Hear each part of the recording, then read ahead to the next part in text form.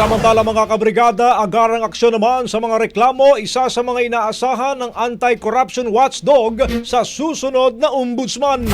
Brigada Sheila Matibag, ibrigada mo! Brigada Live Report.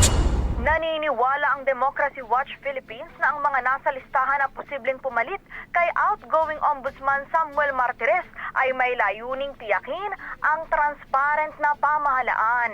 Kasabay nito, sa panayam ng Brigada News FM Manila kay Democracy Watch Philippines Convenor Lloyd Ian Zaragoza, sinabi nitong dapat ay dumaan pa rin sa masusing pagsusuri ang mga ito at walang special treatment. Pinakamahalaga rin umano na sa sandaling nag-take na ng oath ang taong papalit bilang ombudsman, mananatili siya sa kanyang sinumpaan. Para sa amin, kinakailangan siguro na itong mga aplikanteng to ay subject natin sa isang masusing pagsusuri.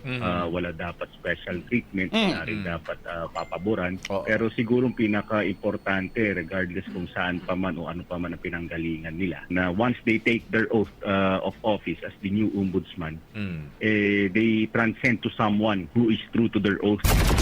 Samantala, pagdating naman sa usapin ng pagbabago, umaasa ang grupo na sana ay makita nila ang mataas na antas ng transparency at accountability sa papalit na ombudsman.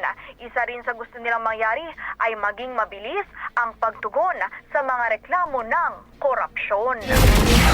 Siguro yung gusto nating makita sa bagong ombudsman would be yung kita natin yung mataas na antas ng transparency at accountability sa buong proseso ng investigasyon at yung agarang pag-aksyon sa mga reklamo na dinudulog sa kanilang opisina o sa kanilang tanggapan.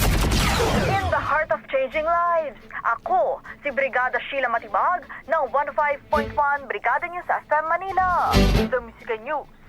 Authority.